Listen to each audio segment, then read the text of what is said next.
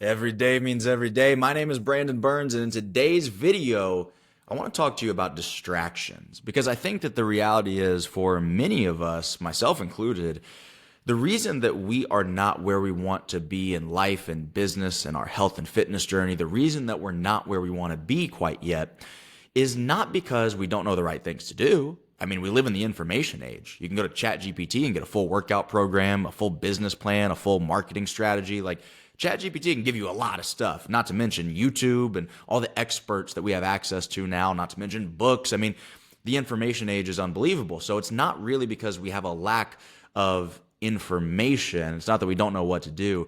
I also don't really think it's a lack of motivation because let's be honest again, there is more motivational content out there right now than there ever has been in history. And at least from what I've seen, young people especially are more motivated to become successful than in any time in human history. I mean, 30 years ago, if you were in your 20s or 30s and you were making 70 grand a year, you were killing it and you were awesome. But now with social media, things are so hyper competitive now. It's like if you don't have a Lamborghini and six pack abs, then what are you even doing? If you're a 30-year-old guy, it's like that's the new standard. And I'm not going to comment on this particular video whether that's a good thing or a bad thing. I think it's both actually.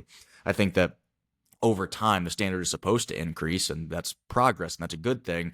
And I think having pressure applied for that is good as well. But I think that the way some people construe that and how fake it is oftentimes that presses down people's mental health. So there's a multifaceted argument on that side of the current culture, but that's not what this video is about.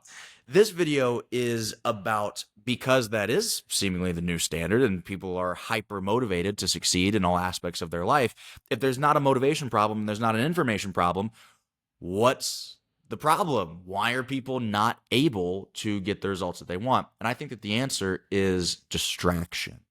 I think more people right now are distracted from their calling, from their purpose, from becoming the person that they could be and should be.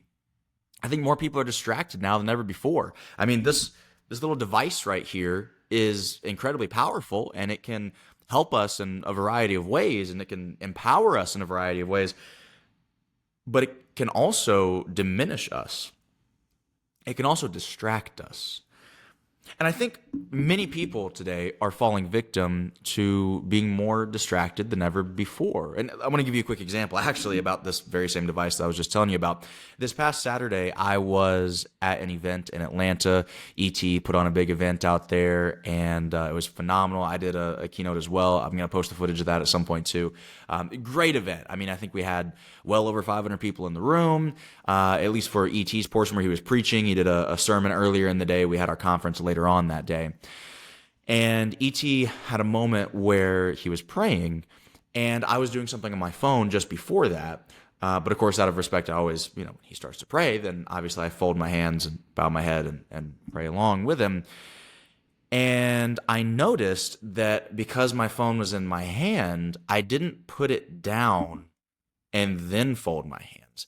I actually held on to it and folded my hands with my phone in between my hands like this. And it made me think about what a visual, like what a symbolic representation of the distraction that so many of us face right now. The fact that I'm literally folding my hands in prayer, and in between my hands is this device that is representative of all the temptation, of all the distraction, of all the shiny objects, of all the comparison, of all the what ifs.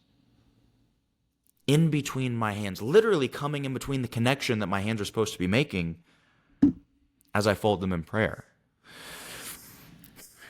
And it just made me think about like the difference between this and this.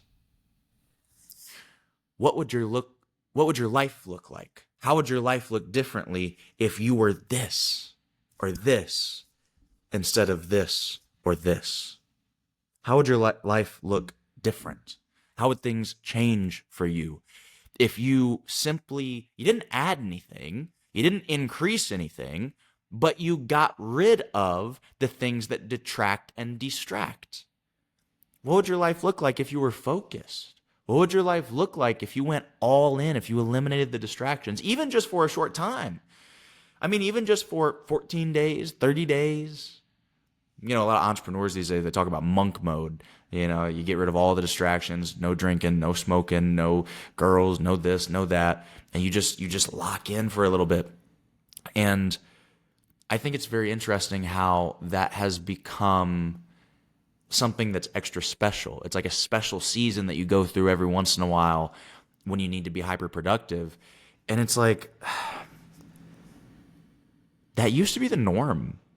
Like 60 years ago, 50 years ago, 40 years ago, that was the norm. And of course, there were different distractions back then, but nothing like it is today. And so I just wanted to make this video to encourage somebody that I think you're closer than you think you are.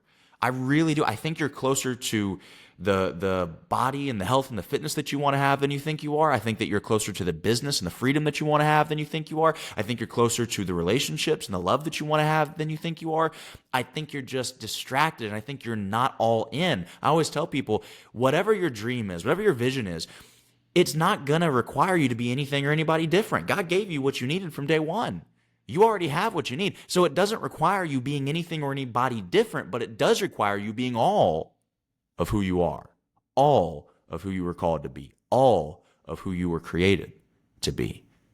You can't be 70% of yourself and expect to get 100% of the blessings and the gifts that God has for you.